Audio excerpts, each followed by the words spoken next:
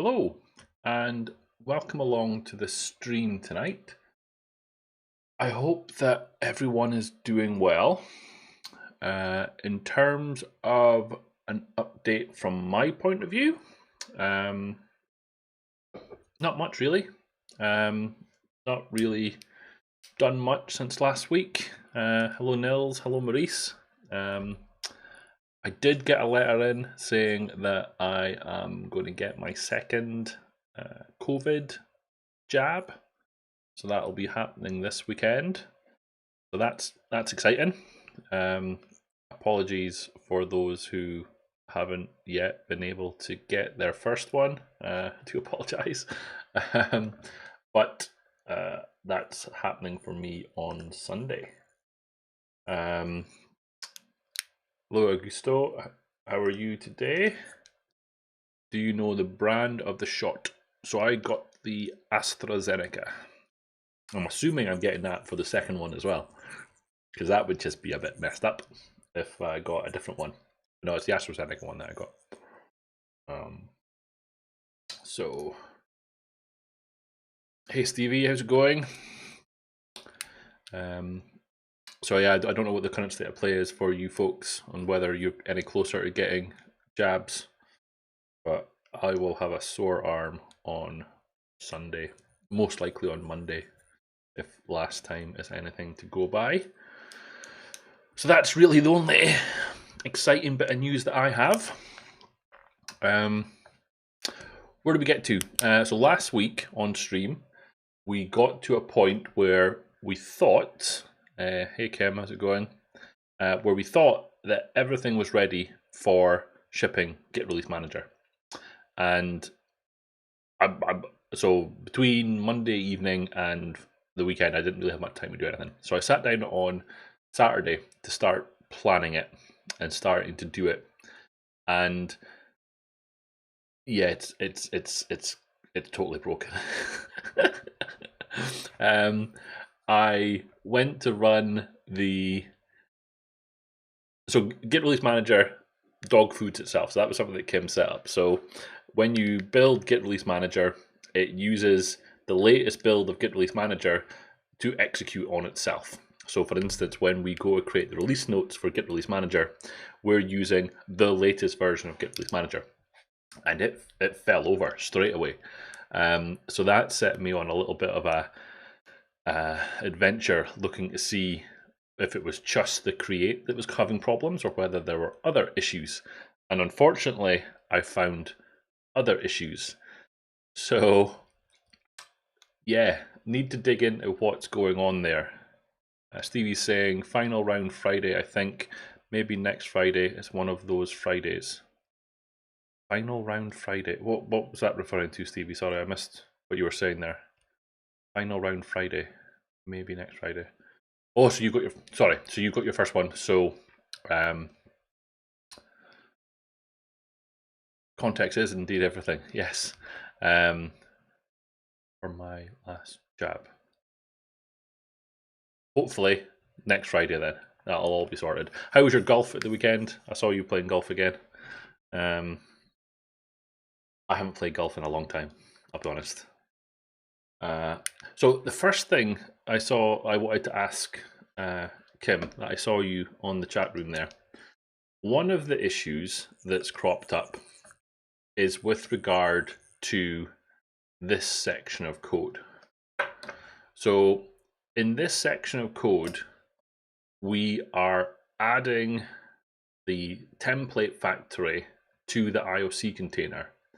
Now, before I made any changes to this line looked like this. But when I then went to attempt any other options, it failed because the template factory wasn't registered. So as I've been going through my list of things that I've been testing, I'm having to add in additional ORs here for all the other options that need that registration. So my question is, do you recall why we are conditionally adding that template factory in as a registration, can we not just register it always? Stevie's saying he was 10 over at the weekend. It's not terrible, I guess. Is that gross or after your handicap? The only news I have is that tomorrow is a bank holiday. Bank holiday in Amsterdam? That's good. That's good. On a Tuesday? That's a little bit strange. It's our king's birthday tomorrow. Well, happy birthday, King of Amsterdam. Kim, that is odd. It should have been registered previously unless one of the inherited classes was changed. So I don't know then. Because like I say, the only way I've been able to get this to work is to conditionally or add additional conditions into here. So something has changed there.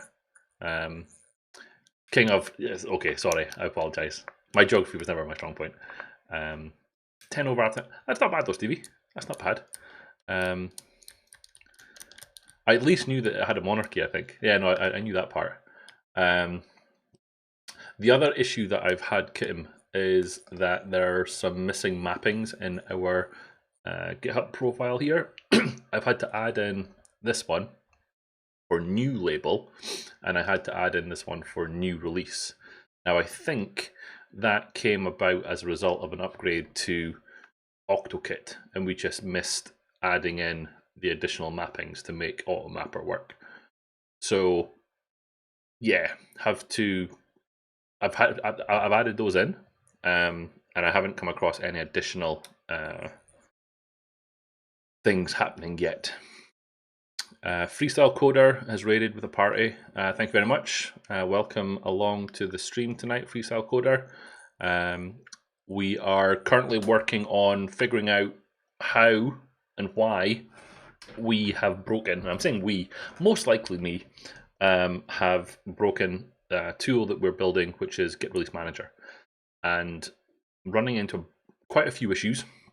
So I'm at the point where I am literally comparing side by side the functionality between the previously shipped version and the new version, and attempting to figure out as we're going what is going on. So a couple of the ones is missing AutoMapper mappings, so that's a kind of an okay.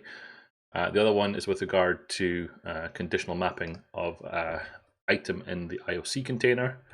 That one might need a little bit more work. At the minute, I'm just getting it to work. So getting it to work is first step. But then I've also noticed that there are differences in the way things are functioning as well. So as an example, if I go up to github.com, git tools, and I go into a repository that I have called fake repository. So this repository is used for nothing other than testing GitReleaseManager. So if I go over to releases, then currently there is not a v012 release. So in this PowerShell window, I have been exercising the released version of GitReleaseManager, so 0.11.0. So if I go up to look at my create command that I was doing up here, then this one. So if I run this one, then currently this will fail. And this will fail because issue 8 is incorrect. So if I go over to my issues and I look at my milestone and I look at the closed issues on this milestone, then we'll see that issue 8 has got 2 labels associated with it. And it's broken because GitReleaseManager expects there to be one and only one label associated with an issue. However, if I go over to this one, where I have been exercising the released version, or I've just built it from the source code, if I run this with the same milestone, then obviously it doesn't fail. But it was failing. Oh, hold on, what's going on there? Oh no, hold on. The previous was a capital. Hold on. That was literally failing earlier. just before I came on stream, I did that test, and that didn't. It successfully created a release when it shouldn't have. Okay, I'm gonna have to take a notice to dig into that a little bit more. Okay, fine. Okay, so let's remove one of these and just leave it as a breaking change then. If I go up here and I run that again, it should create the release. Right, it created the release. So it's not. So up into releases, we've got a draft one that has one issue on it, but that's part of the problem. That is another problem. So it's only created the bug, but I can maybe explain that one. Well, you see, no, that doesn't make any sense.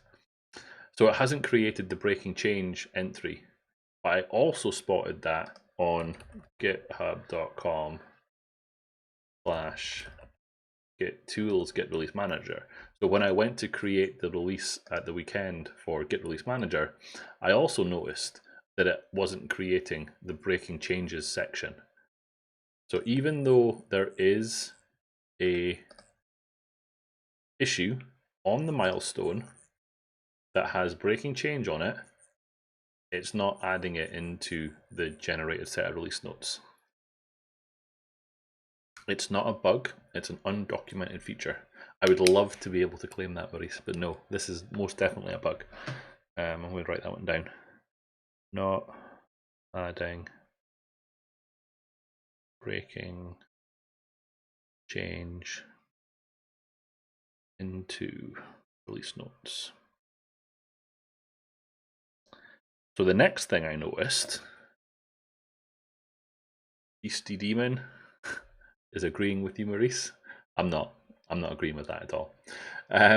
So the next thing was, if I go up to this one and I try to run so rather than a create command, I'm going to discard that release.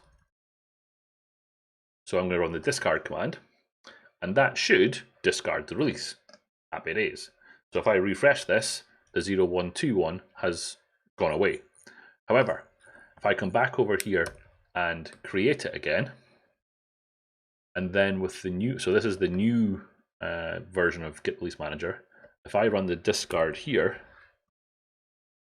then the discard says it's unable to find the release. So it's unable to find it, so it's left it in play.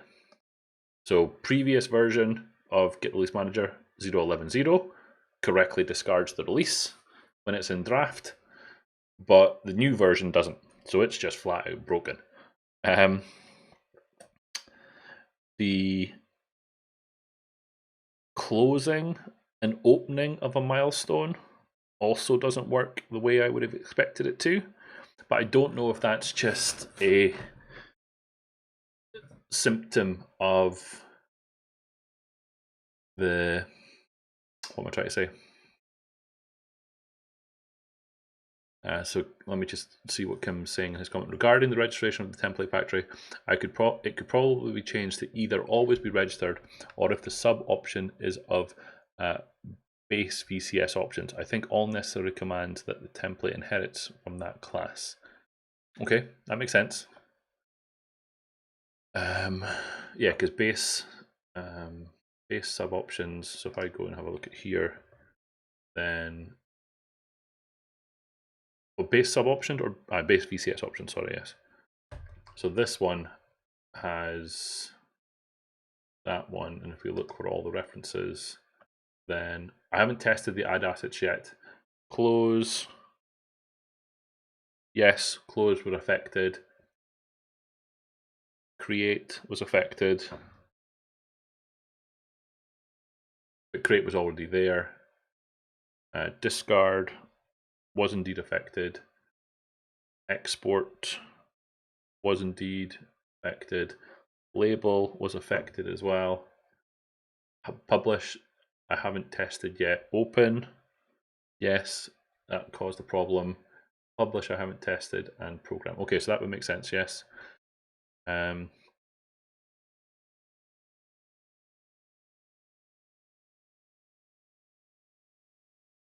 Correct. So the question from Nils there was, is GitReleaseManager case sensitive when it's testing for labels? And as Kim's pointed out, no, it shouldn't be. It used to be, but we changed it. So shouldn't be a problem, but maybes. So the other thing I noticed, Kim, that I was going to get you to put your eyes on was if I run the close milestone, if I come over here and I run close on the milestone, then issue number 8 already contains release comment because I ran it before the stream, but it has closed it. If we go back up to here, I go into issues and I look at milestones, then it's closed. If I come over here onto the new system and I run open, then it opens it. Happy days. If I run over here and I run close on this version, then I don't see any output. So it does close it, successfully closes it, but over here we got issue number 8 already contains. Over here we didn't get any of that. So there's difference in the output, but I don't know if that's on purpose or not, and I haven't looked into it yet. There's a couple things there. The warn is fine because I'm in a different repository, a different folder, so that's fine. The closing milestone is the same. I don't see this using GitHub as a VCS provider in the output. And I also don't see already contains release.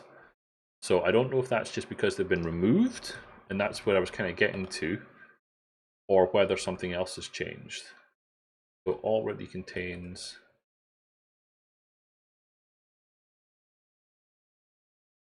See, it's an information, so it should. Yeah. Add issue comments async. So where's that called from? That is called. Oh no, hold on. I think I maybe can explain that. So if I come over here and I go into see GitHub, so maybe that is a configuration option. So if I go into here and I go into Git tools and I go into GitReleaseManager, let's make sure that we're talking about the same one. So if I grab that and put that into C GitHub organizations, Git tools, GitReleaseManager, build artifacts, temp, publish applications, tool, netcore app, and let's put it in there, then I think that will make it work. So if I run close again,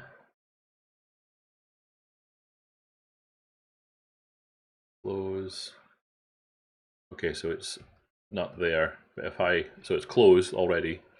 So if I run open, let's reopen the milestone, and then let's close it again. Okay, so that one's fine. So that explains issue 4 for the close. So that's not an issue anymore. Okay, happy days. Now I did see difference in the output in the label command as well.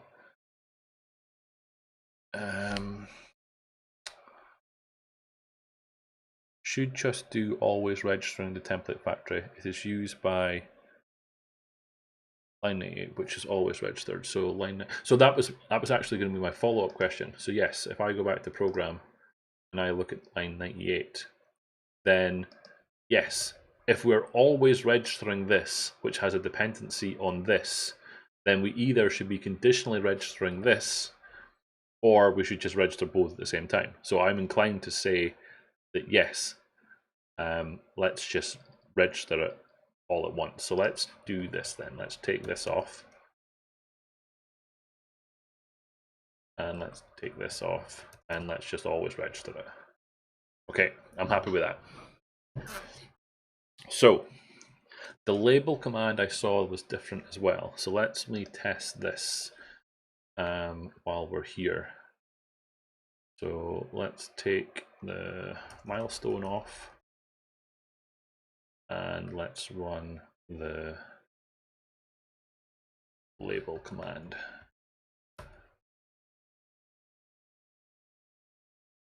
Creating standard labels, and if I come over here, I do the exact same thing using the label command.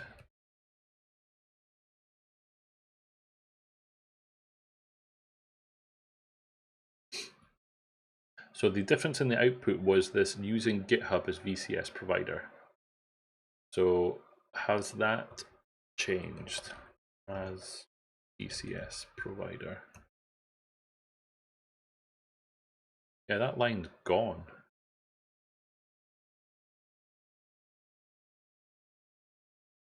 And that's fine if it's gone, but why was it? Well, why would we have removed it? Provider.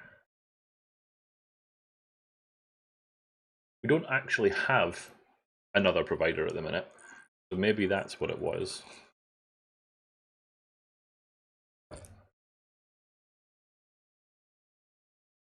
So I'm okay with that one being different then. Okay. So that leaves us with the discard. Now, in order to figure out what's going on with the discard, I think I'm going to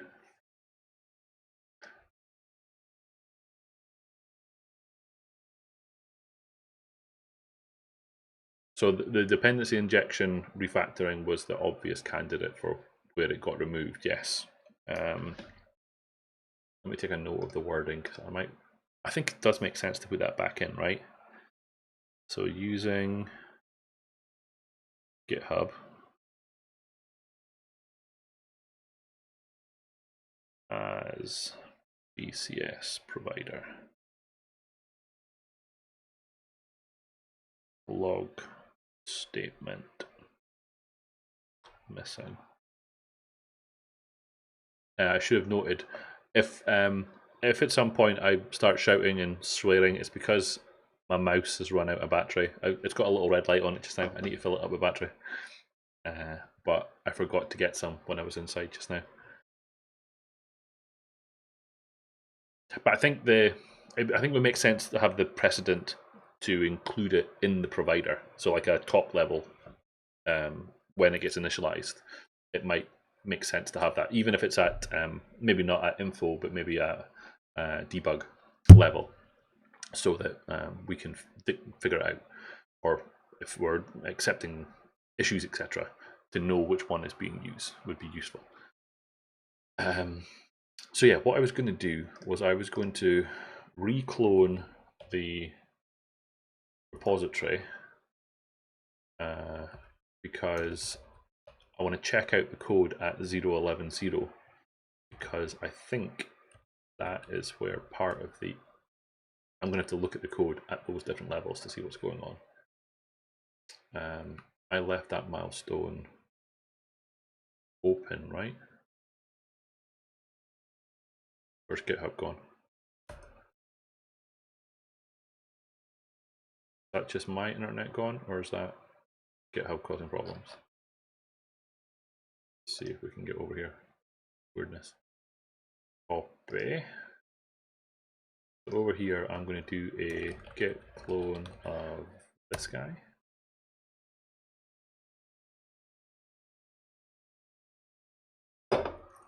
CD into GitReleaseManager, and I'm going to do a git checkout of 0.11.0.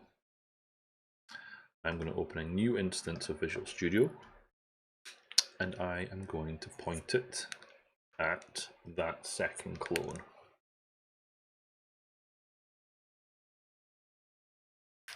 I ran out, Stevie. I did. I've got none left, so I had to fall back to a Diet Coke, unfortunately.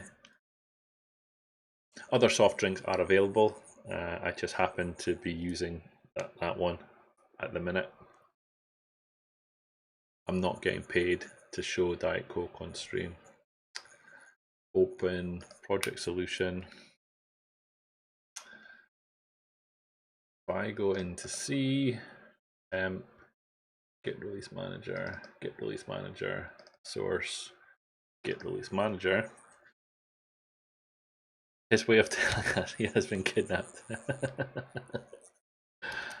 I've got an empty bottle, if that helps. I had that was from yesterday, I think. I don't have any left. So we're on Diet Cokes today. So the error message that I get when I try to discard a release, so where was it? It was discard.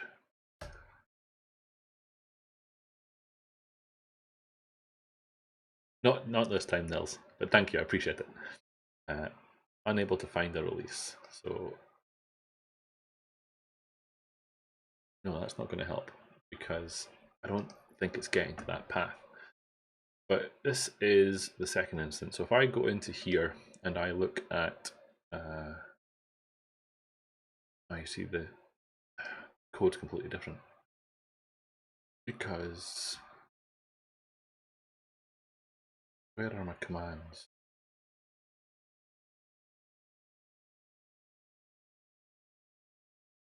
I'm so confused.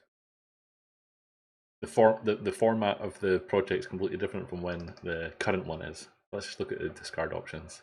Start there.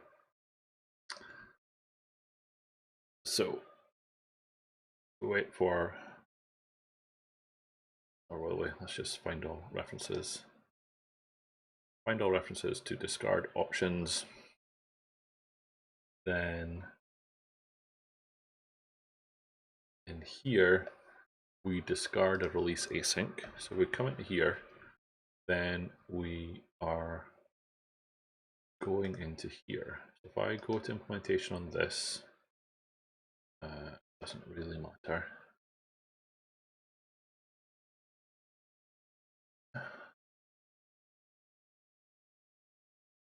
That is essentially the same. I thought it was this method that was causing problems.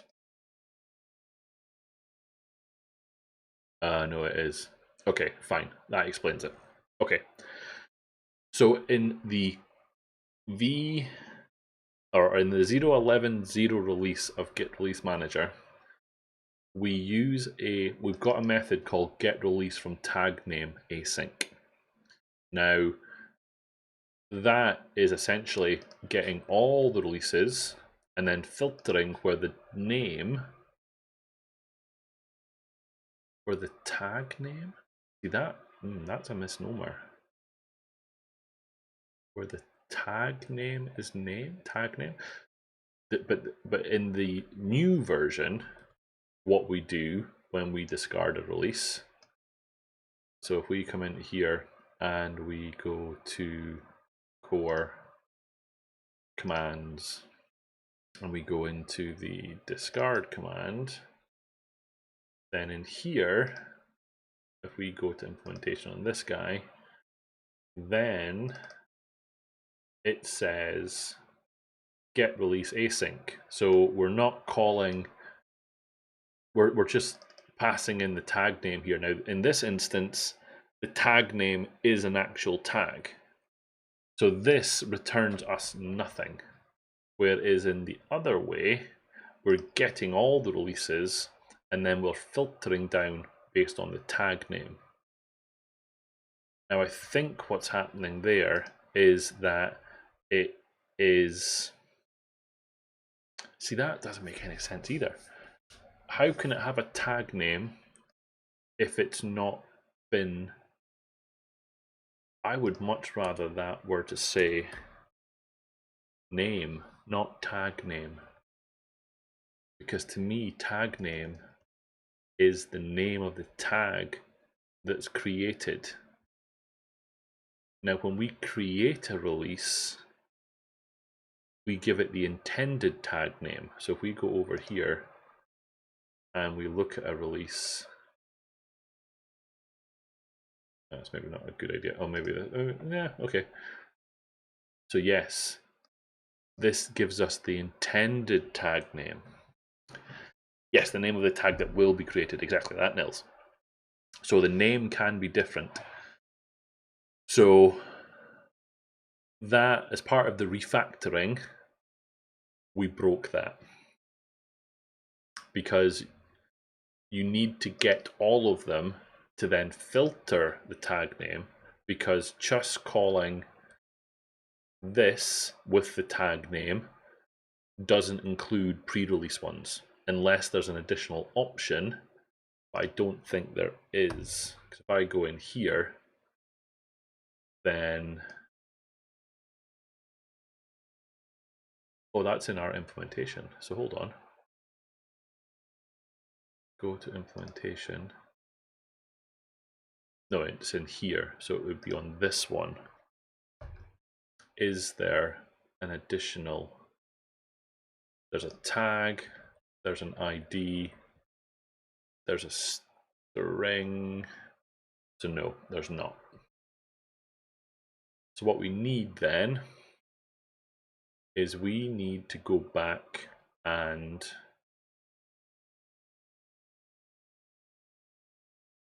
we need to add that back in again. We need to add this back in.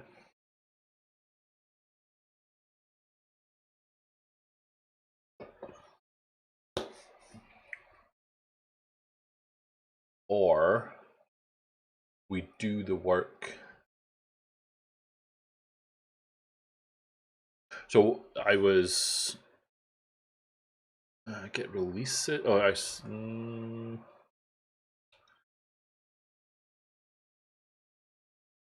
I'm getting confused into which one's which. So this is the new one. So this is what we want, but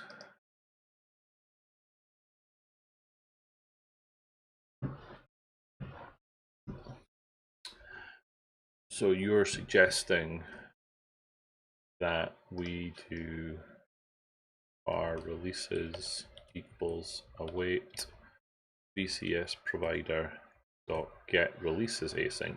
So that's kind of where I was going, if I'm honest, and then do the filtering within this one.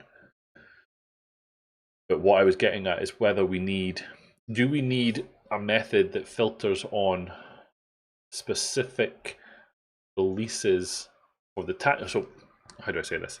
Do we need to put this into the VCS provider, or do we just do the work ourselves within the discard command?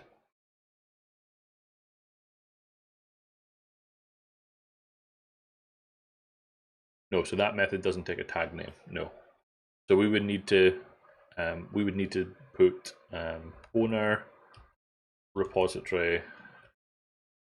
Skip that as false, and then in here we would need to filter. So my question really is, do we need to put that filter onto the IVCS provider, or do we do it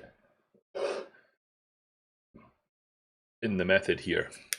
The reason I don't want to do it in the method is because I believe the exact same problem is going to happen on the add asset command. Because if we in here go and have a look at where this is called, find all references, then there's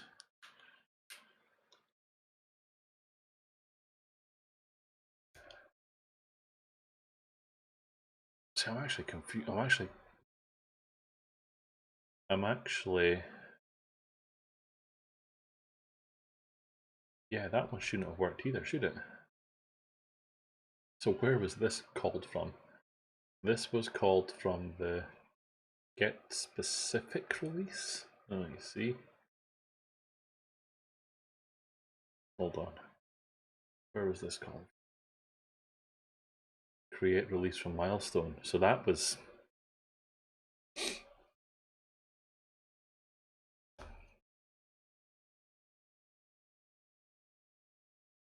I think we need that method.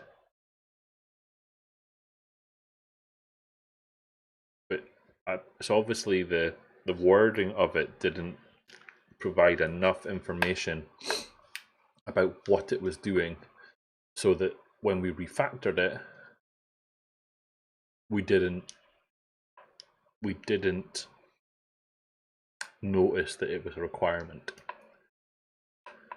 So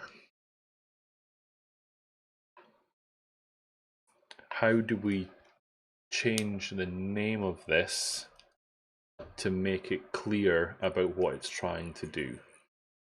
Get release from tag name async.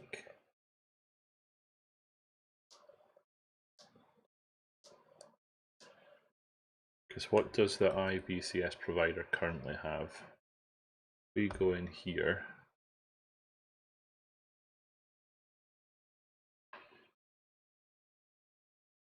This is really get published release async. Because this tag name is only returning us. I think maybe that's part of the problem.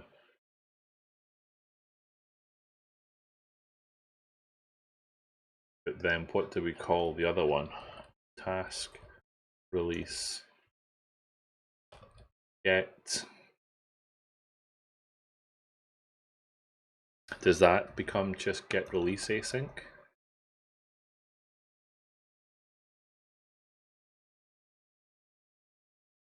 Can't type tonight. Owner string repository string tag. So this would be get published release async. The inference being that this would get us either a draft or a published one, whereas this one would specifically only get us a published release. Or do we just override this to always do a get to get them all, and then filter based on the tag name? I can see why the optimization was made, because it's potentially doing a get all when it doesn't need to do a get all.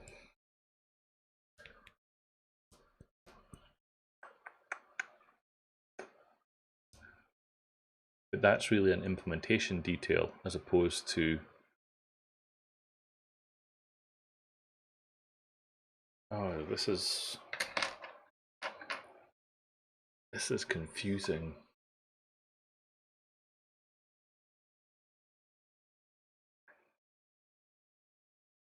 I mean, we could call it, we could have it named specifically. So we'd be get draft release async and get publish release async. This one for GitHub, this would have to loop through them, but then we would also know that we were getting, in there we would need to do a specific check to see whether it was a draft or not. But then the way that we've done the discard command sometimes, not sure if that would work the way we want it to either. Because in here, we then are doing,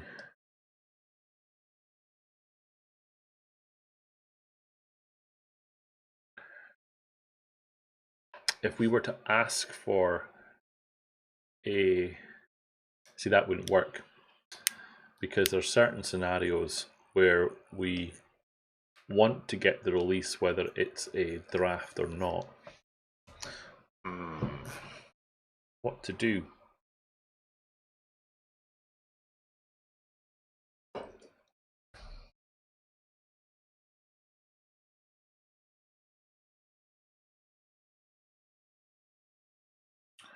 What to do? What to do?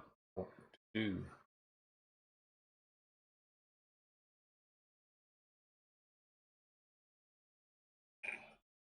Add an enum parameter, draft, published, or both.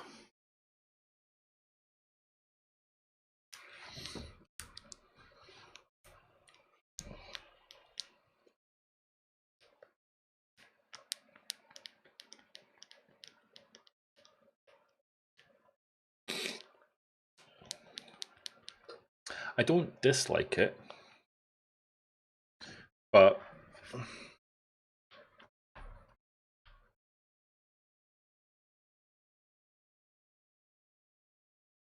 so if it's published, then we use a direct call to the GitHub API to say, get me this tag name.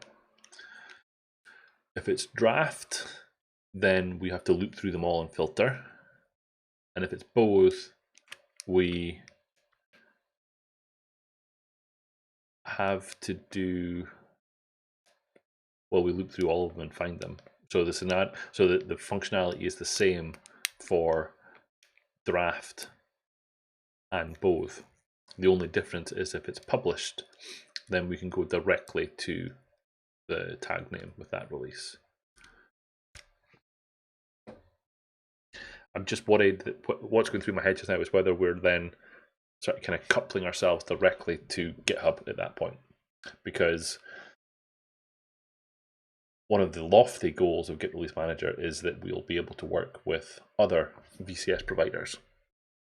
And I'm wondering whether having an enum for the release state would couple us to how GitHub does it compared to GitIA or GitLab or some other VCS provider.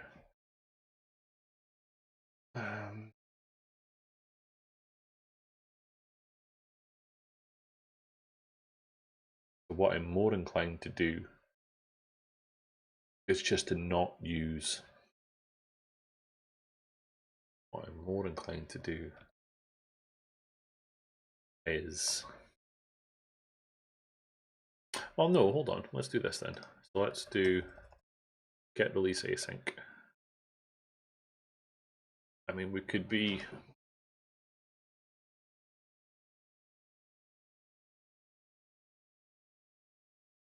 What we could do is. Why is that not? Again.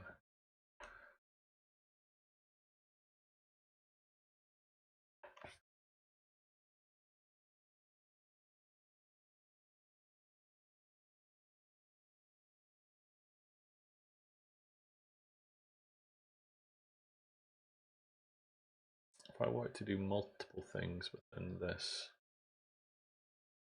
can I just do them? Yeah, I can. I think.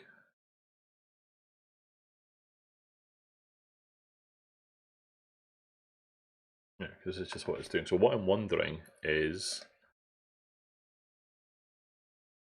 what I'm basically wondering is, it can't find it. If release equals null, do something else, just return it. So what I'm getting at here is,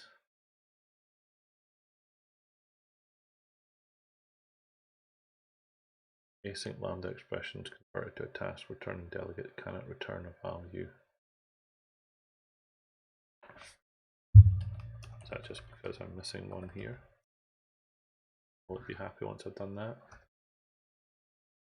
Okay, so what I'm wondering is whether we do the equivalent of what this thing was doing in here. So if it asks for a release with a tag name, if it's able to find it, simply return it.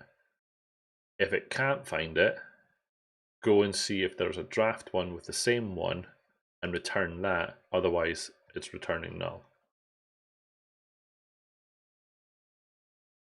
What are our thoughts on that?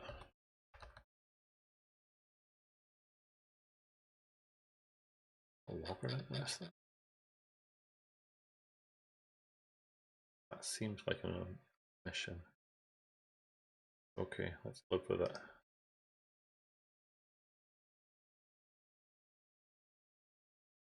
Our release is that, and release. Maybe it doesn't like me doing that.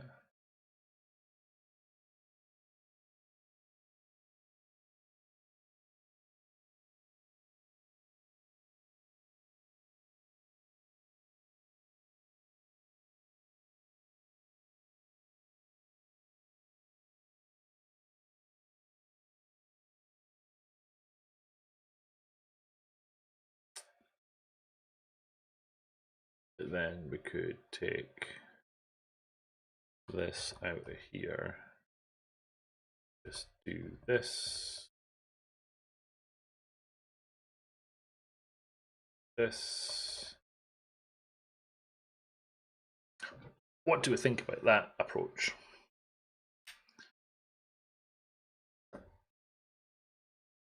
I don't think I dislike it.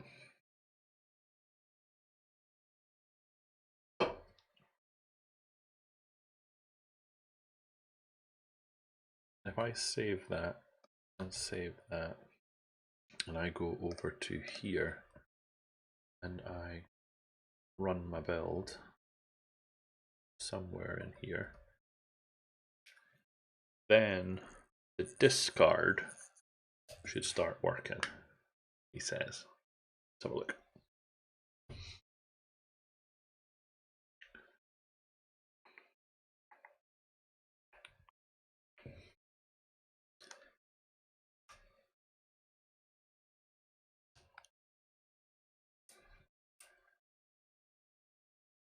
What I'm doing here is I'm building GitReleaseManager to then be able to exercise the built GitReleaseManager from over here. So previously, when we ran the discard command, it said unable to find.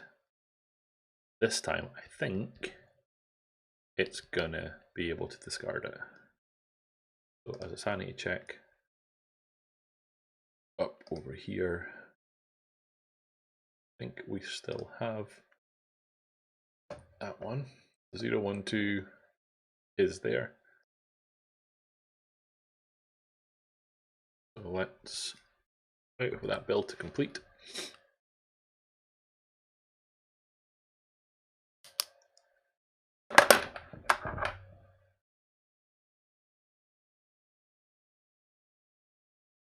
Okay, so if I run this discard now, still says find the release. Somewhat annoying.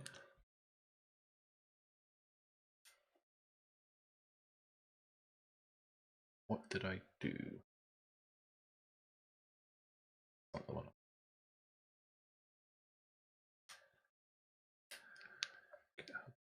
Get release async. So did I not save it? Discard command is going here. That is there. All kinds of broken.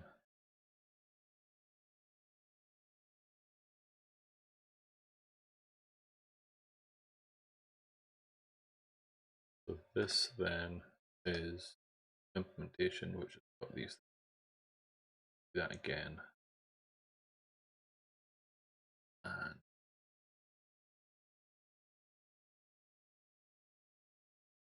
that build is right. Once more. And if this doesn't work, we'll need to start stepping through it to make sure it's doing what we think it's doing. And if that's the case, I may need to go offline a little bit so I can put my token to the Visual Studio so that I can test it out.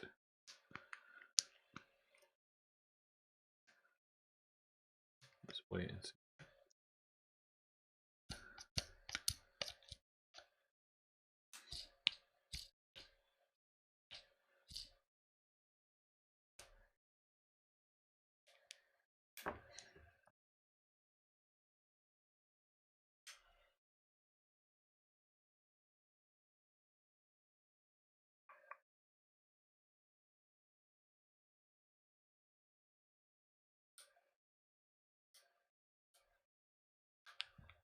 Okay.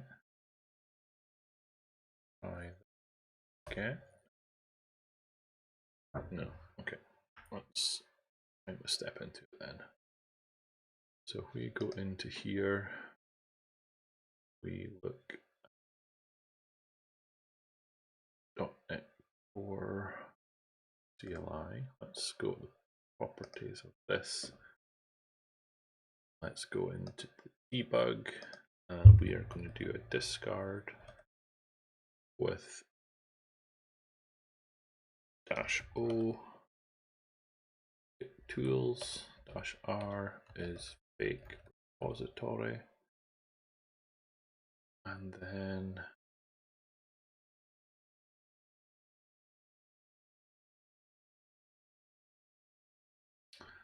hold on.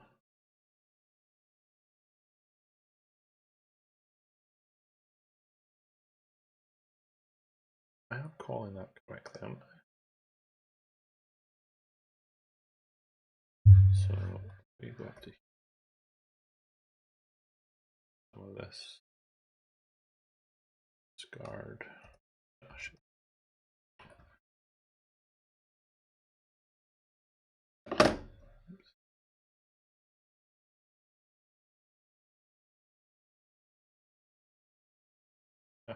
is unknown.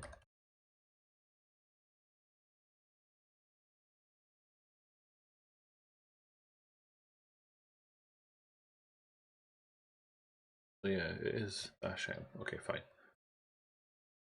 Back over here, -m is v0.1.2, and then this is where I'm going to need to come off screen. Is the date I've been putting in an environment variable, and I don't think environment variables work in here. I'm going to come down here so that I'm not giving the game away. I'm going to go into here. Still can't see me. Make sure environment variables, this one, dit copy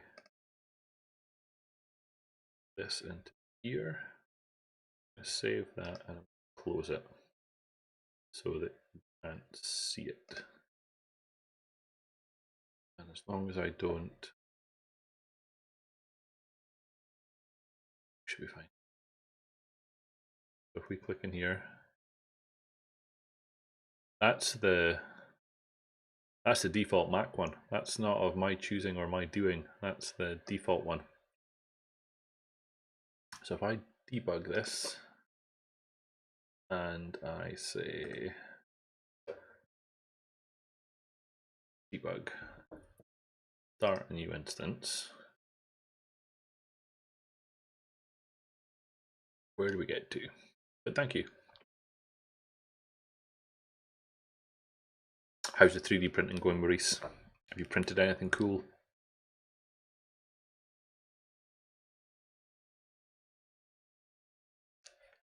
Saw Jan printed a frog, I want to say.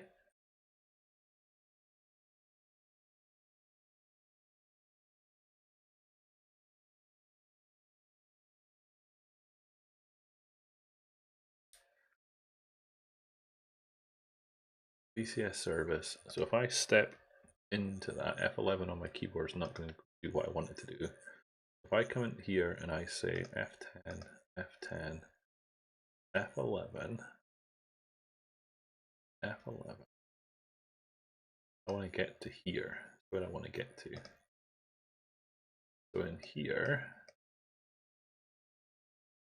what happened there?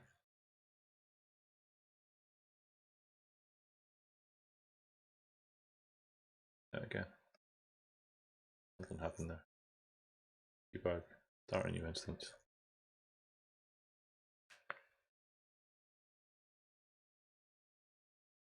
Do that and let this play. So in here, if I do F10,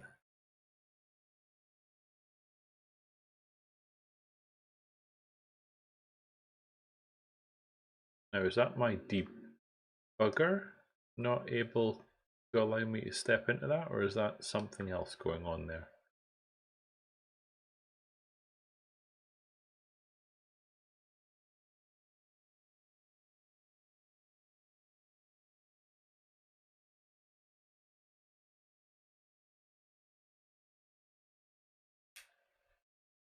func task T is an action. We run the action and then we return. So let's set a breakpoint here then. See if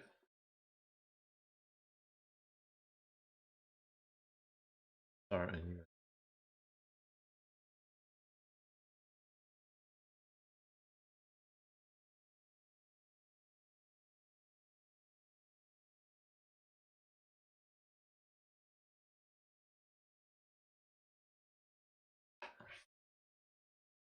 I think it's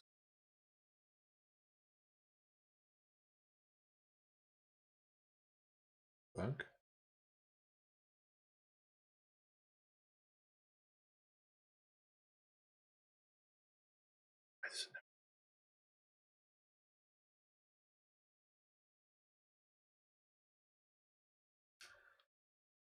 Oh no, no.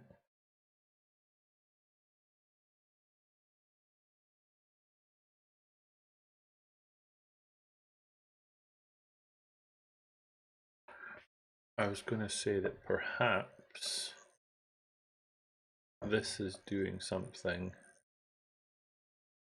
in here. I wonder. Debug. Start a new instance.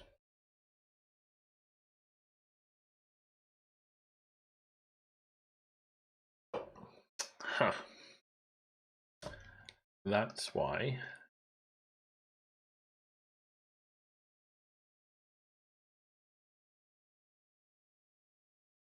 Huh. Okay, so that plan's not going to work. Unless we catch that, of course, which I don't necessarily want to do. That would mean that then this is going to get overridden to be all of them. So that would mean that over here, we wouldn't do that first call, which was here. So we would basically make this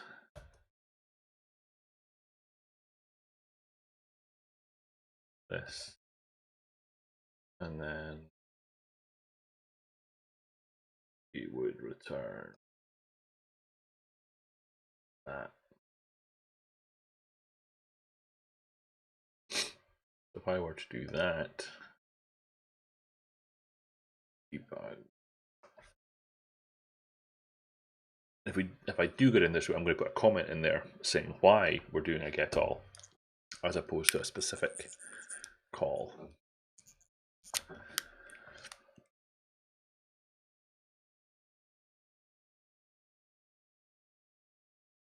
Oh really? What the what?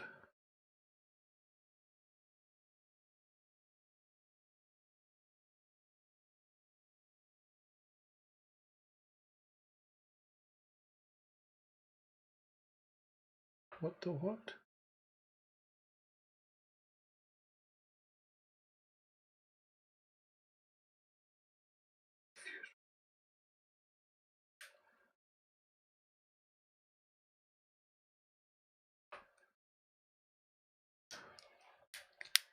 So very confused. Debug. Start a new instance. And then before we get to there, hopefully, I know here, I think I missed it.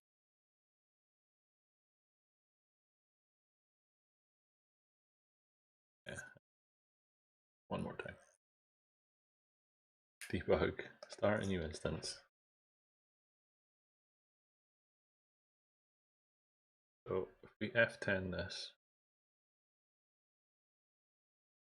that throwing a not found exception?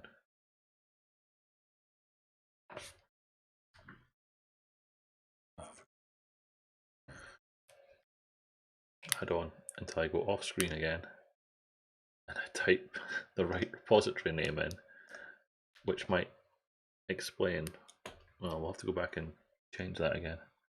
Properties, make repository,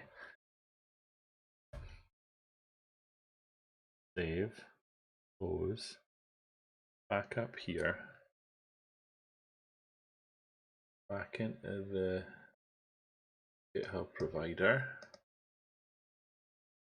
back into here, I think this is still going to be, I think it's still going to throw an exception. I'm going to put it back in just to be on the safe side. I'm going to redo that because I think this is still going to throw a not found exception.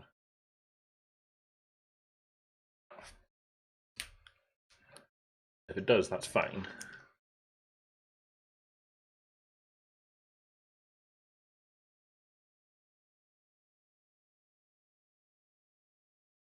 So we say, let it play, not found exception. Okay, that's fine.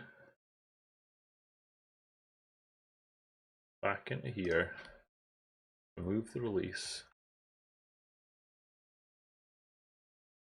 put a var in front of there, and still got my breakpoint. Run this one more time. At this point, it should return a list of all releases, and then we find the one that we need.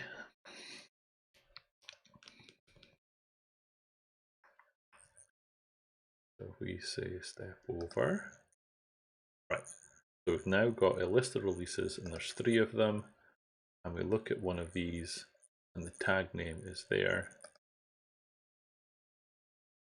tag name is there, and the tag name. Right, fine. So if we let that play through, then it discarded it. So if we go back up to here and we do this, right. So I need to put some comments in here.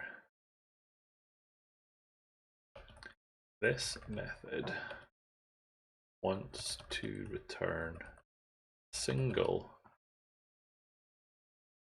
release that has the tag name that is requested.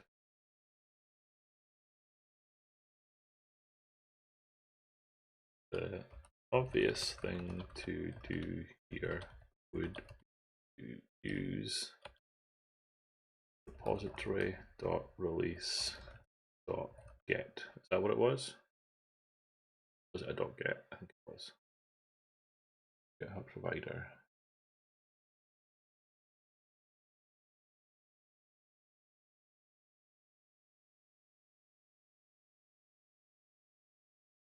I was hoping that was going to give me.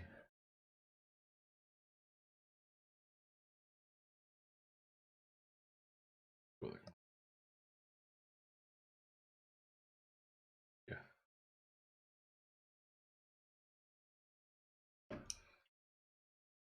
Fine. Commit. It was just .get. However, this doesn't return a release if it doesn't publish yet. As a result, we have to get all of them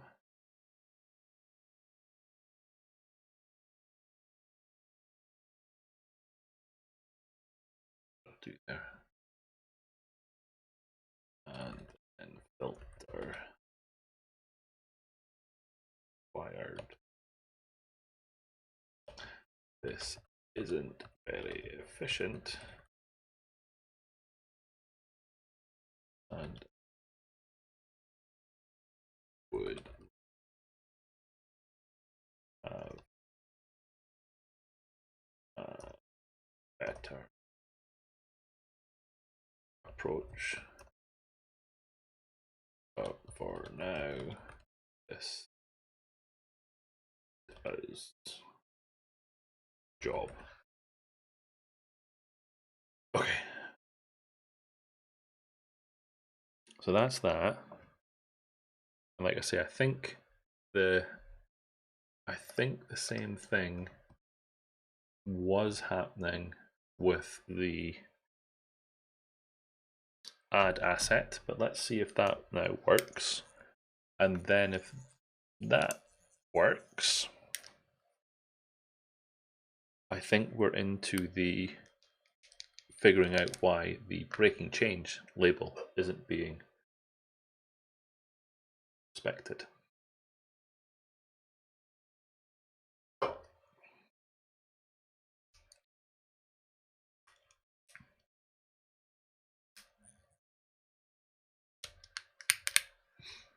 Let's just wait for this to build so that we can test the discard directly in the command line. So what we need to do is first do a create.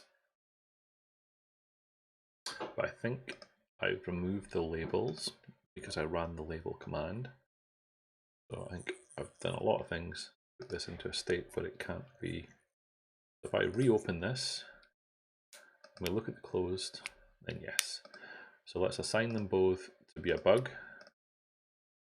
And then let's assign one of them to be breaking change. And let's see what it does.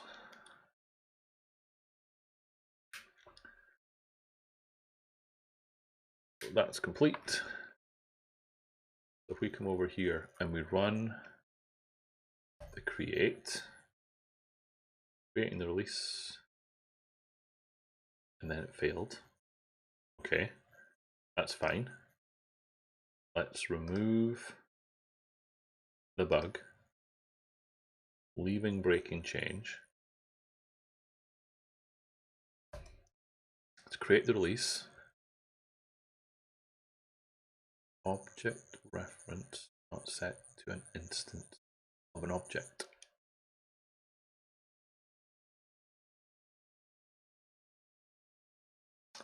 Broke something else.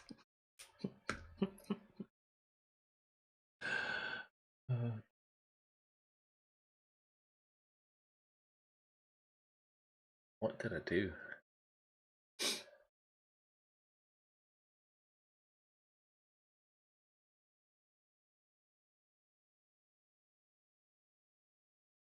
Okay, let's see.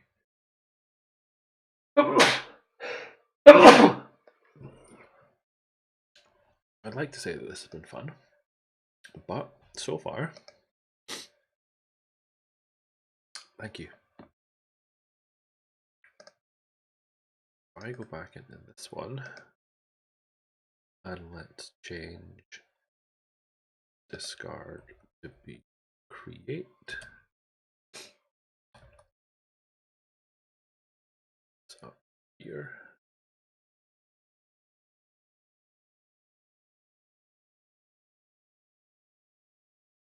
Core.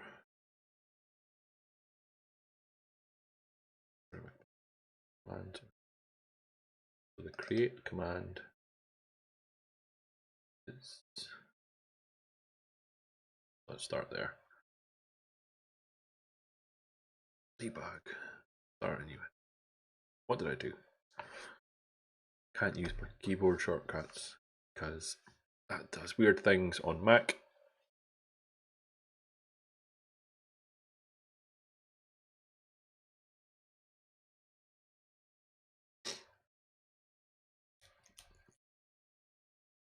So, step over.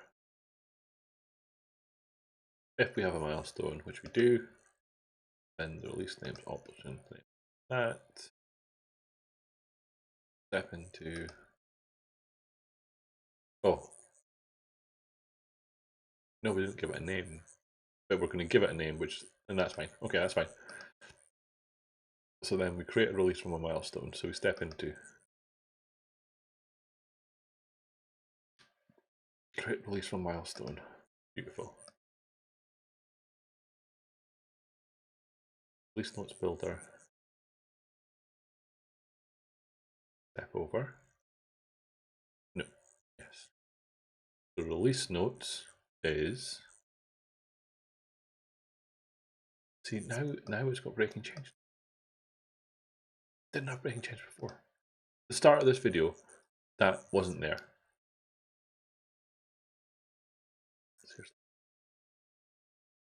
F11 and that's the method we've just changed.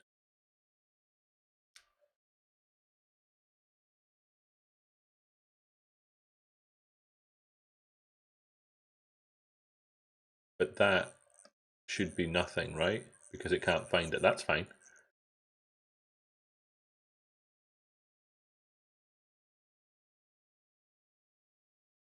Don't. So if that is the issue, then we have a bug, because that shouldn't. Well, see, that shouldn't be the case. Step into.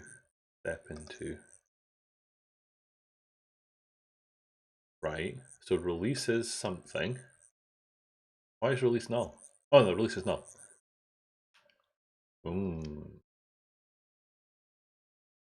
So therein lies the problem.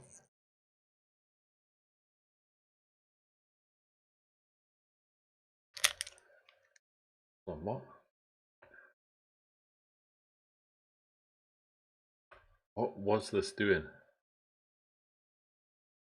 Oh, and that's where the mapping or the requirement for the new release was coming in. Because that thing.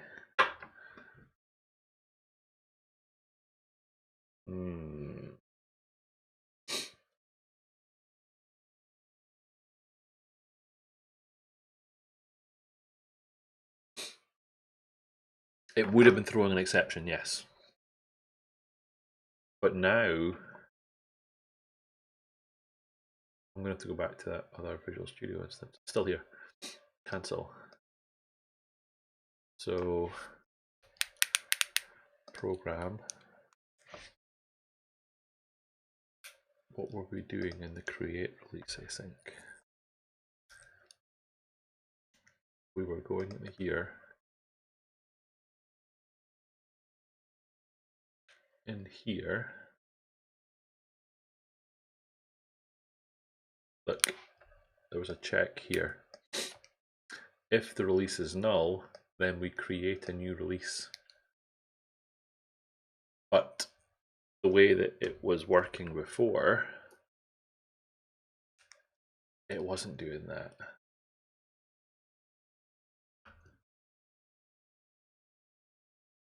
Oh, it was. It was.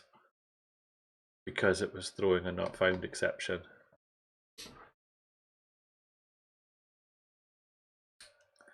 Oh, I don't like that. Don't like that at all.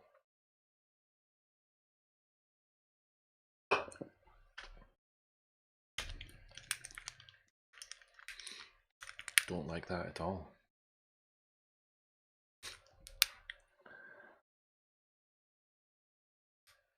So instead, it's an if, really, isn't it?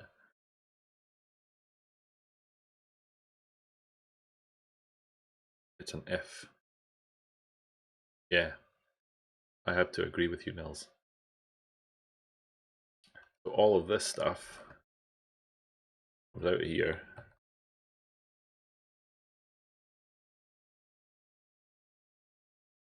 And it says, well, that try was specifically doing the not found exception. So we can remove all that fish. Excuse my French. Right. Then we say, let's do the first one. If release equals null, Then we do some stuff. Otherwise, we say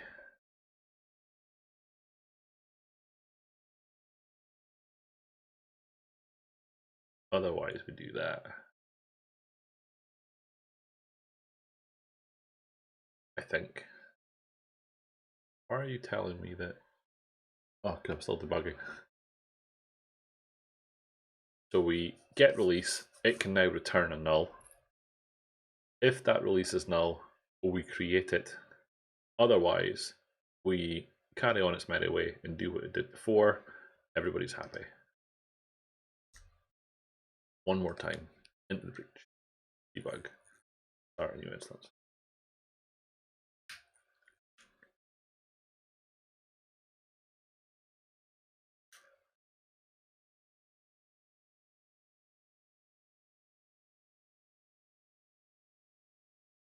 Okay, so we F10, F10, F10, then get down here. Step into this guy.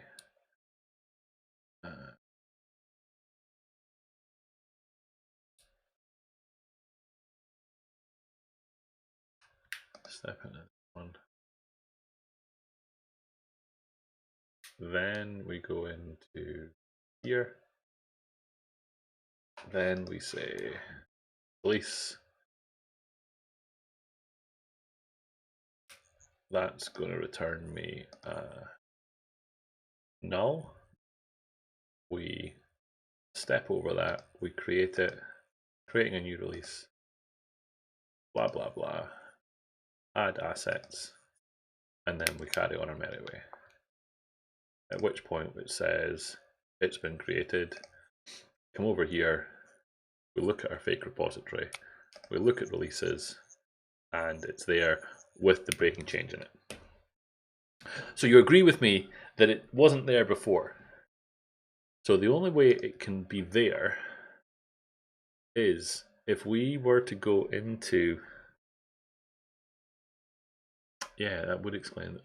So we're going to see GitHub, organizations, Git tools, GitReleaseManager, build artifacts. No, it can't. No. That doesn't explain why. That doesn't explain why at all. Because it's not running from this folder. What I was going to say was, if we were to look at the GitReleaseManager.yaml file, which is no longer in there, so it is using the default configuration. So why then, therefore, did it work?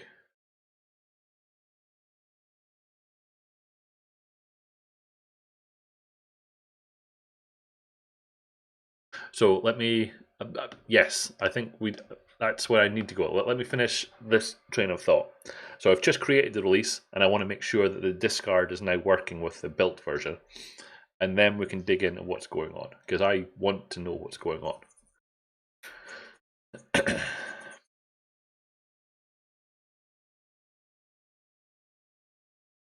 I do.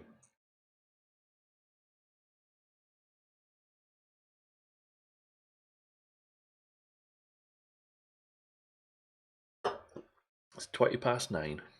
We've got about 40 minutes left. And I think we've got to most of the problems. The one we haven't tested yet is the add assets and the publish. But let's see where we get to. I think I also need to create some issues around some of these things, but some of these were regressions. So these aren't issues that need to go into the release notes, but I think it's worth capturing some of the issues that we saw. It also begs the question of whether we need a better set of integration tests so that this kind of thing doesn't happen again. We shouldn't get to me on a weekend away to publish something and then find that things are broken. But the very nature of this thing, it kind of needs to be run against a real live GitHub repository, and unfortunately that means kind of massaging it to be in a state where you can test things out, which is not ideal. So 012, it should no longer be there. We discarded it. Good. So that part's working. If we go back and create it again, creating a release, and it created it. And it created it with the breaking change in it. Okay. So as a sanity check for nils purposes, if we go into labels, then breaking change has a capital C in it. Okay. So let's do this. Let's change this to a lowercase c. Right? Lowercase c. Issues, milestones, closed, breaking change. So that release is there. Let's discard it. Back to here, back to create, run the create. Back to here, back to releases. Son of a...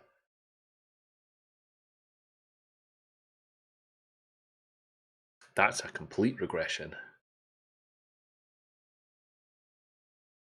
What did we do? What did we do? Well, it has to be in the release notes builder. But if we run this again, debug, start new instance.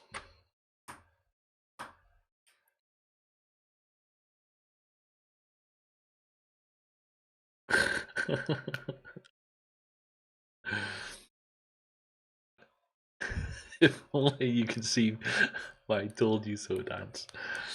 Oh, I would love to see that, Nils. I would. But no, Corey, we're not. We're no. That's just no. We're not ready to ship it yet. I don't know if you were here at the start. I got to the point on the weekend where I was away to ship this thing because I've been working on this for the last 3 or 4 weeks on stream, and I was at the point I was away to ship it, and yeah, all things broke. So all the unit tests pass. They all work, but unfortunately, yeah, just no. So I think it's going to be in here then. This build release notes is broken. Let me take you out of there.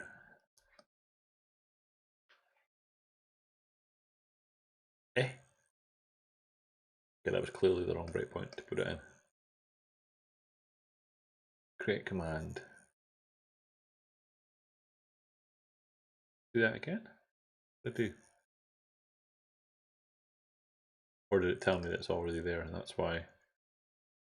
Yeah, no, it already exists. That's why. So let's do a discard. And let's run that again. Then we should get to my breakpoint. Debug, start new instance.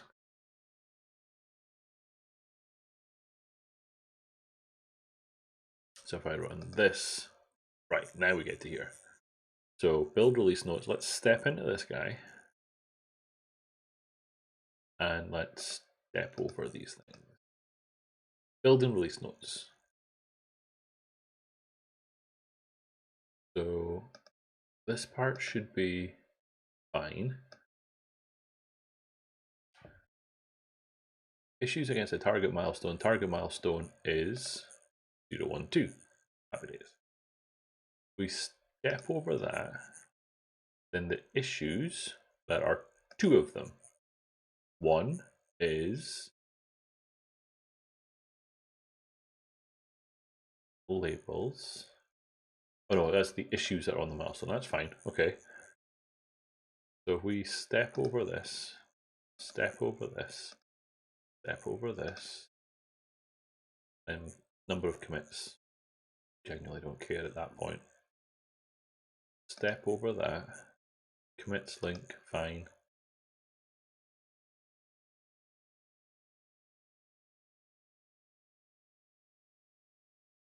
So what is this?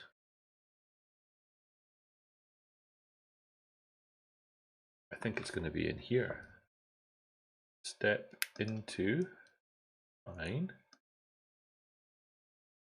Issues labels.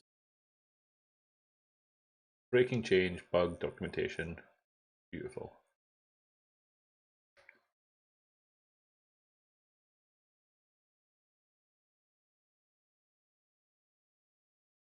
Line 103 dot contains. I see it. See it. I'm wondering though if it's in here as well.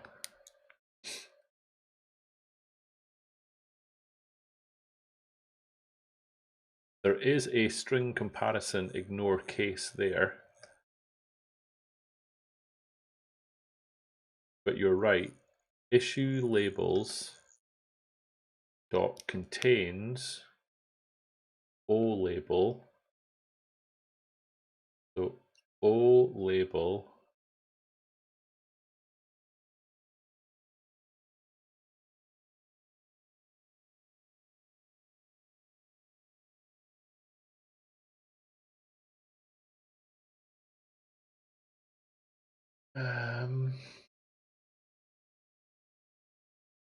get issues. I'm going to guess that we didn't have one of these in the previous version, but let's just check that version. Yeah, we don't have that. So this was in the release notes builder. I think we had the concept of a release notes builder. Builder, not builders. Notes builder, yes. Build release notes. Code of commit, description. Add issues. For each label in issue labels include. End.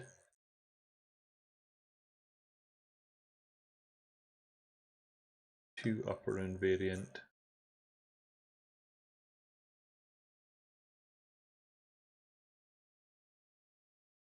Get label. So there was a lot of refactoring done here. Oh, okay. So reading this link statement, it's saying issues by label are the issues which are passed in here. So issues are currently the two issues where issue labels dot contains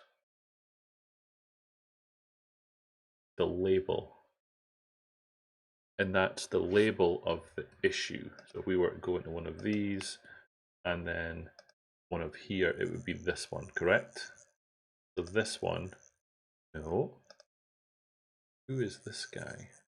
Oh, that's the label here that's been created. So we're selecting many, issue and label, new label, which is label.name, and the issue, where issue label contains. Okay, so I think Nils is onto something here. So on here, we would need something similar to this.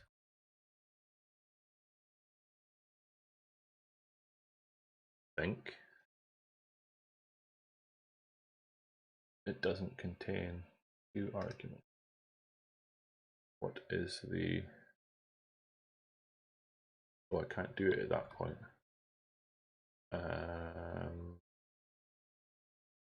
Good.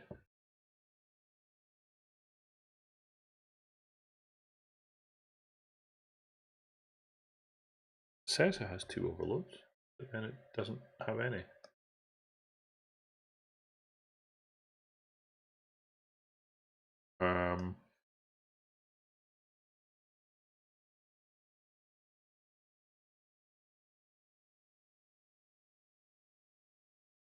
Link dot contains case.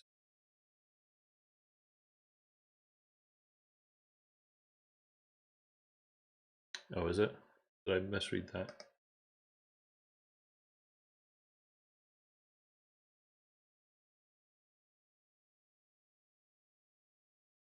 Oh.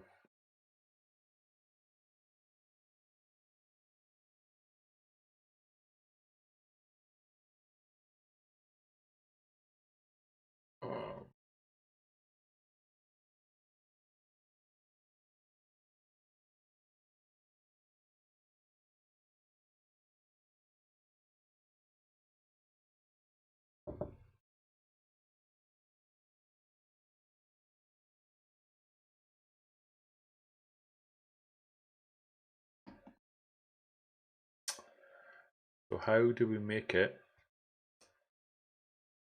I mean, there's a... I don't like it.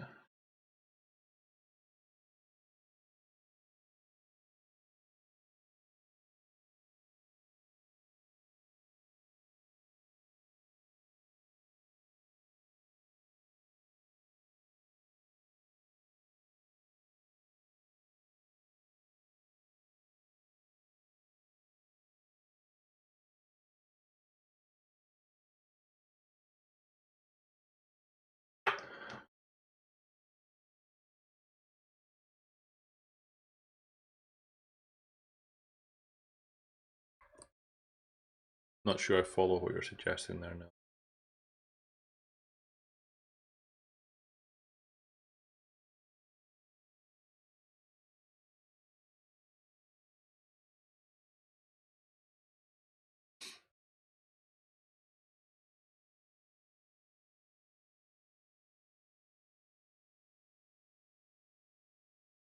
So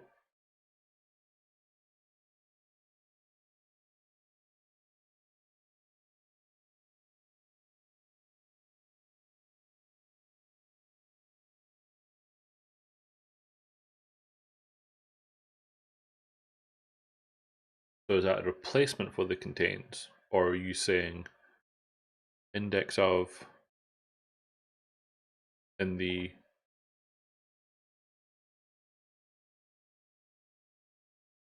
where? Right, okay.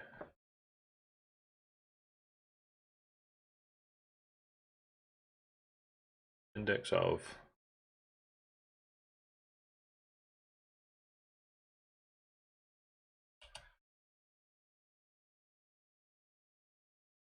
and then in here is where you're suggesting we do the in comparison ignore case as a second parameter to this, and then index of would be the o.label. Correct? I think is what you're getting at. Yes, I got there in the end. Although, what are you complaining about? No overload method takes 2.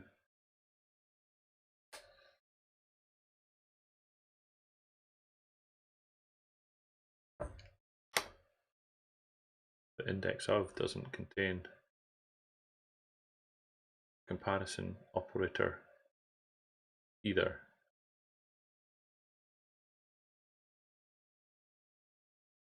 Oh.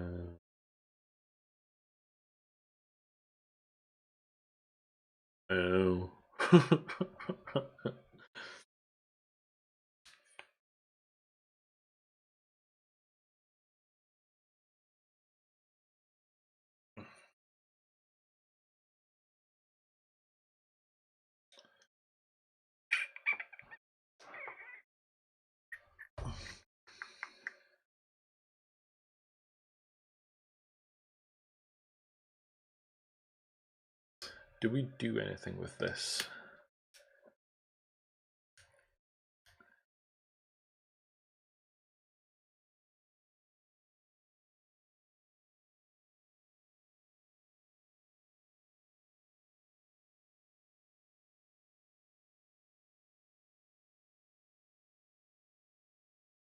we were doing something here.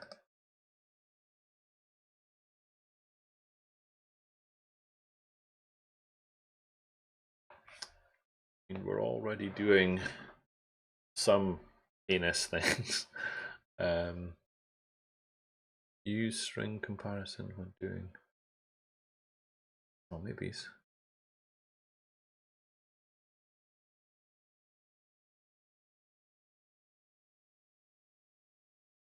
string dot equals. Why would we want to do that? The whole point is to. Oh no, because then it's got the thing at the end. That's fine. Maybe another day.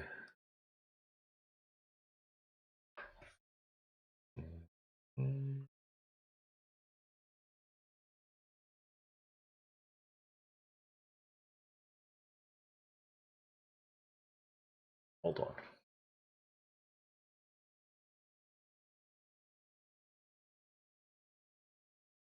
Are we already doing the work that we need to do?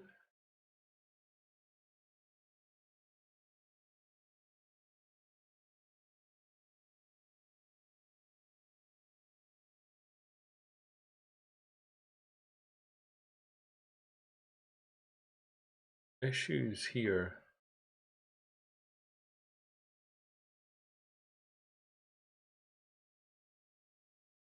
Oh, because we converted it to a dictionary.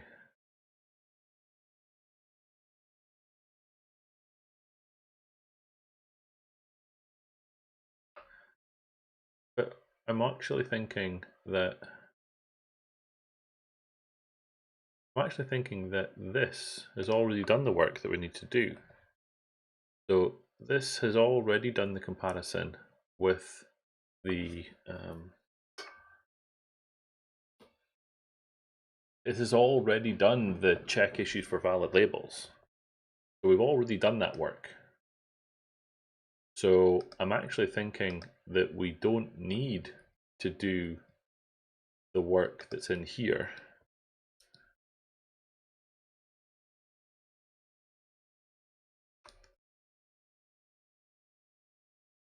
Or do we?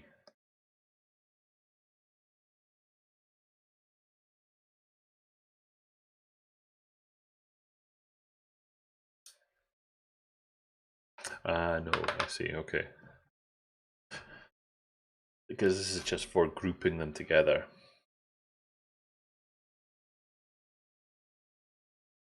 So sorry. Why not use link.any and then do string.equals inside of it, instead of trying to use contained or index of?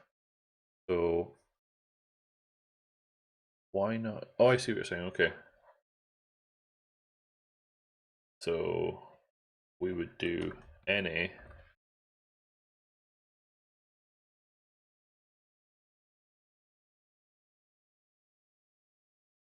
string dot equals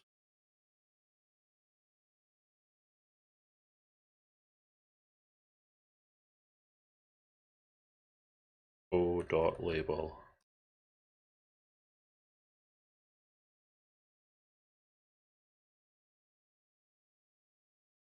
String comparison, ignore case.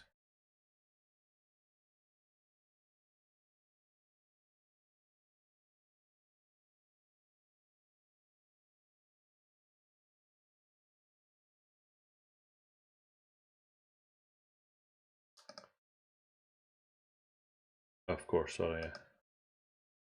I no.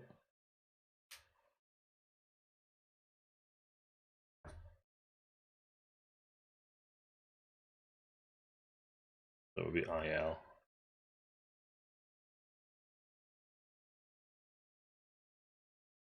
Gotcha. Yes. Gotcha.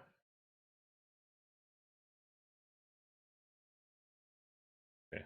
Stop shouting at me. One more. There we go. Why are you shouting at me as well?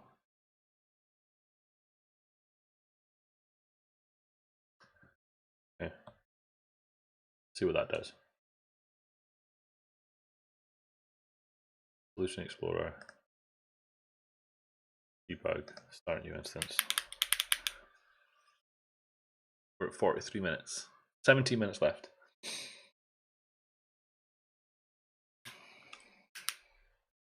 Will we get there with this issue? And will we be able to test add asset? So drop you out, come into here, drop you out, come into here. Okay, so can't do that. Step over, issue labels. There are 8 of them. Okay, then we step over this guy.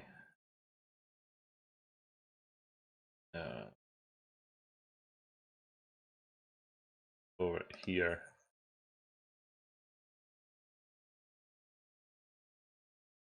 Breaking change.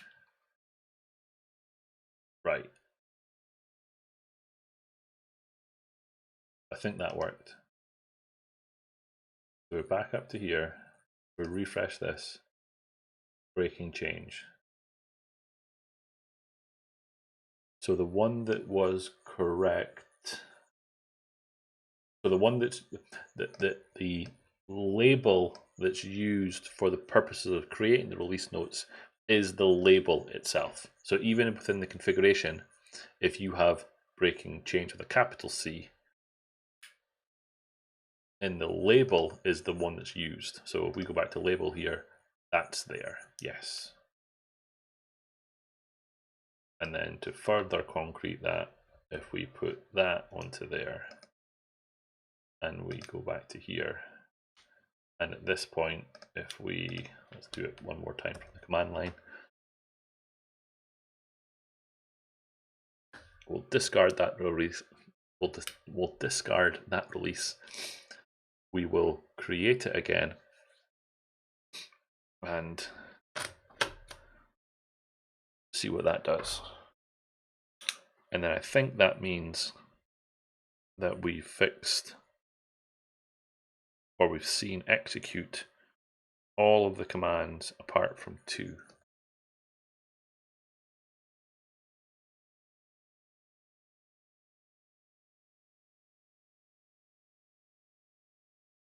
Dun, dun, dun.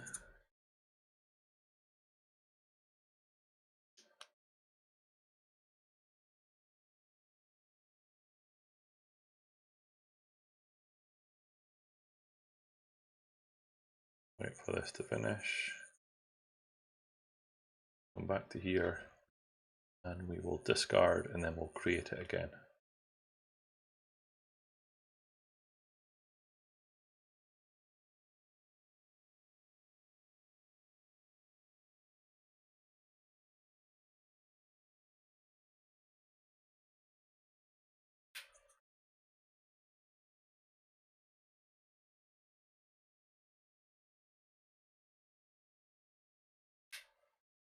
So we discard it, gone. We create it, creating a release, happy days. Over here, releases, breaking change. Okay, I'm happy with that. So the thing that's left to test is the add asset command. So if we come in here and we look at, what do we need to do? Add assets, at least something, add set.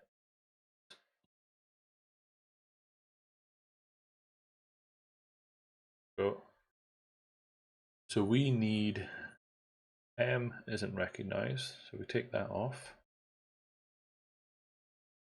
What does it need? It needs a tag name.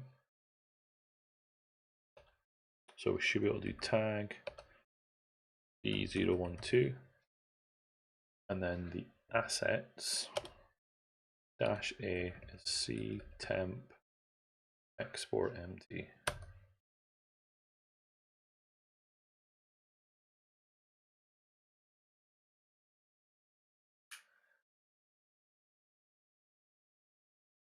What did that do? Async, execute.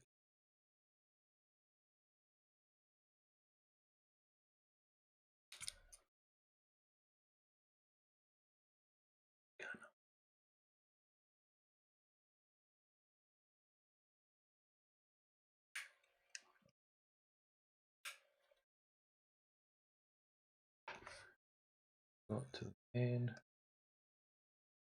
got to the add assets command, execute, got to add async, execute async.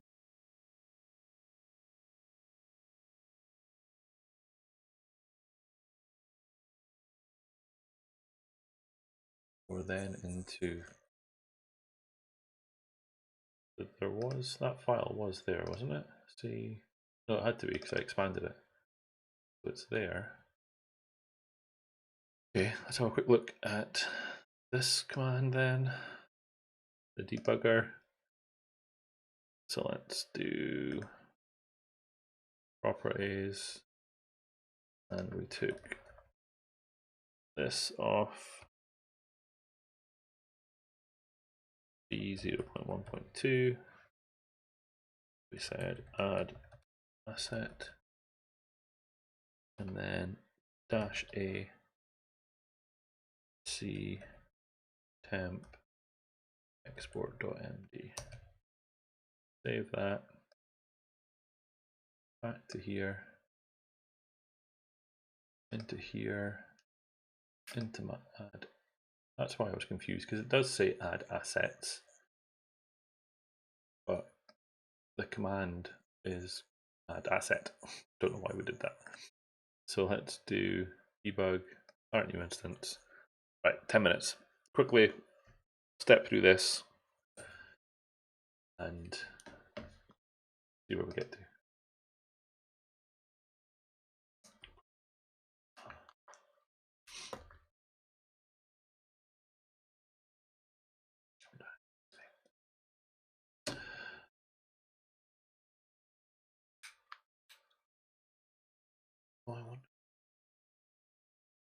So we step over that, we step into this, we step in. So there is an asset. That should give us something, right? That gives us a release. For each asset in assets, right? If the file exists, then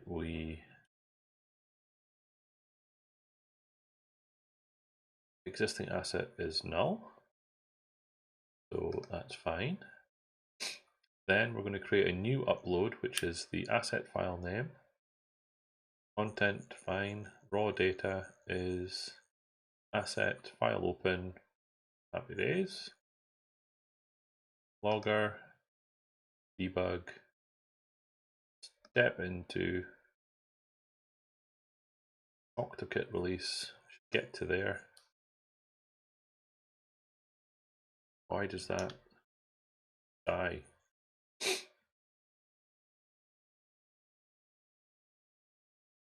That didn't even get anywhere. Lost my breakpoints. Let's put these back on again.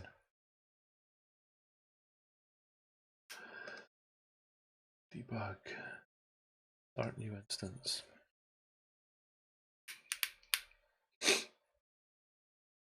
Play. Of course it gets into there this time. Step over. Step over. Fine. Step over.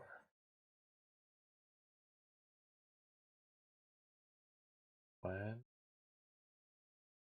EX value cannot be null. Parameter name. Something changed in the GitHub API again. That one more time. Bug, start new instance.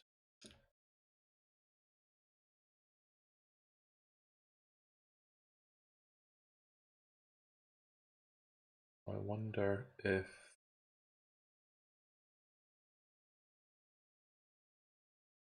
step over.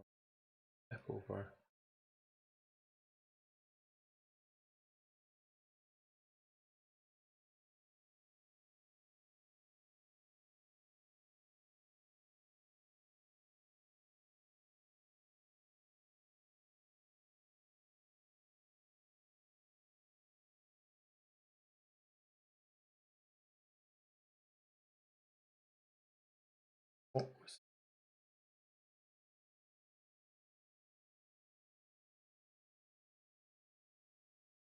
parameter name input. Parameter name input. I didn't see a parameter called input unless I was missing it. Once more, and then we're going to have to call it a day.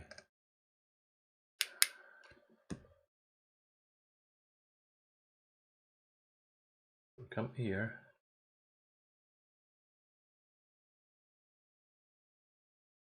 Upload asset.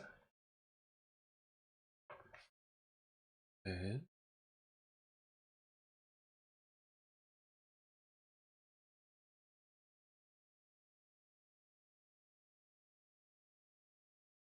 try it again. But where did I get to? I got to here. Step over.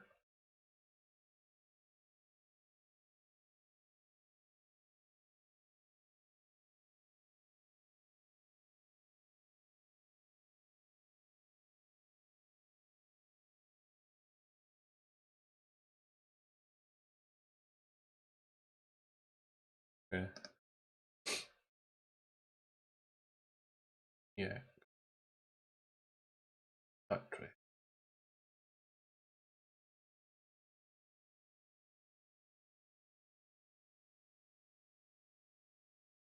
String extensions, line 49. Upload asset. Release data cancellation token. Expand URI template.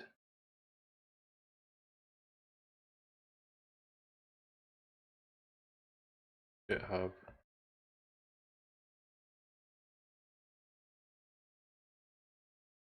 AutoKit.net. AutoKit.net. This one called and URI template.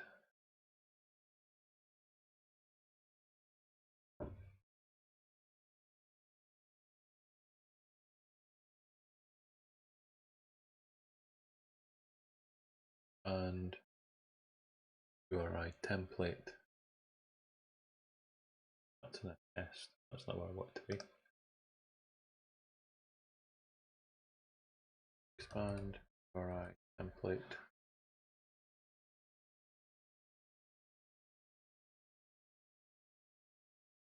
Then it's line 49. Is that what it said? Line 49 of string extensions. Doing a regex.match on the template.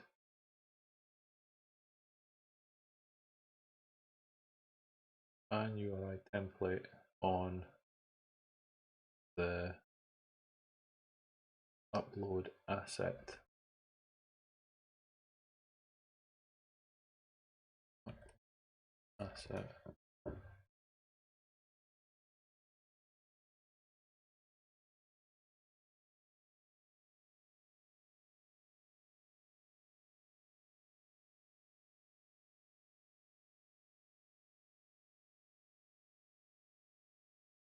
Upload asset.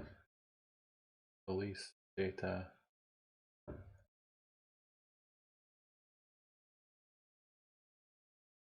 Release client. Is that what I'm in? Aye. 410. So it's saying that my file name is not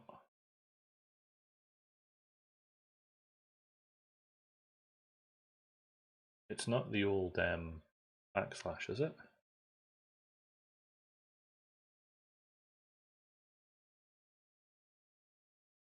Hold on.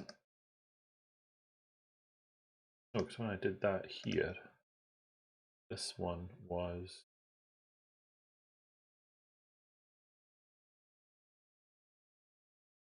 file name. I'll run it one more time and then I'm going to go and finish up with debug, start new instance.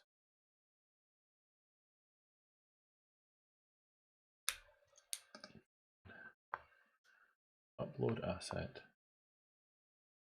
change that, and run that.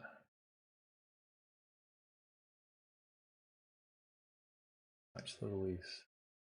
This one. File name export.md. What does it not like about the file name property? Go over. Data, which is the release asset upload, which is what I was here. Release asset uploads. It's the data, so its file name is export.md. So file name is passed into name, which is into there.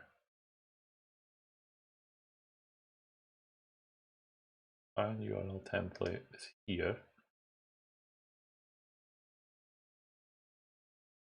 And then its values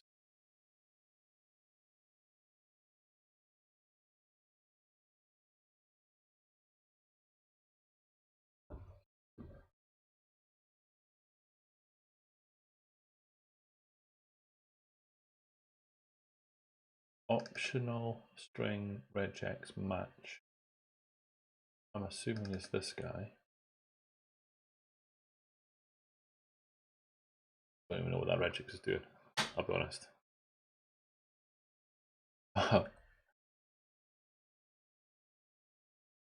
Then what does it actually say? And then the error is value cannot be null.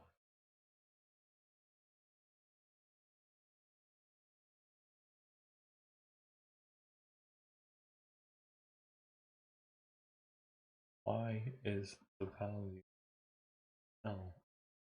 That suggests that what's getting here is empty. But that data.filename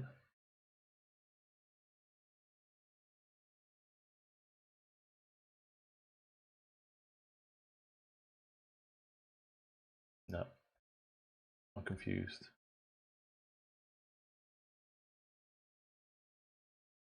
Don't know. I'll need to come back to that one. Coming to the end of the day here. Okay, for now, we're closing things up. The whole of this evening was spent debugging what's going on in GitReleaseManager. We got to a point on the weekend where I went to ship things and a bunch of things were broken. So had to look into what was going on there. We found some issues with missing mappings in AutoMapper, missing registrations or incorrectly defined registrations for the IOC container. We found issues with uppercase to lowercase comparisons. We found some missing text. Yeah, just lots of things. So we got through most of them. Of the 1, 2, 3, 4, 5, 6, 7, 8, 9, 10, 11, 12 of the 12 commands that GitReleaseManager has, I've either before the stream or during the stream exercised 1, 2, 3, 4, 5, 6, 7, 8, 9, 10 of those. The two remaining ones are the add asset one, which we're just playing with at the tail end here, and the publish command.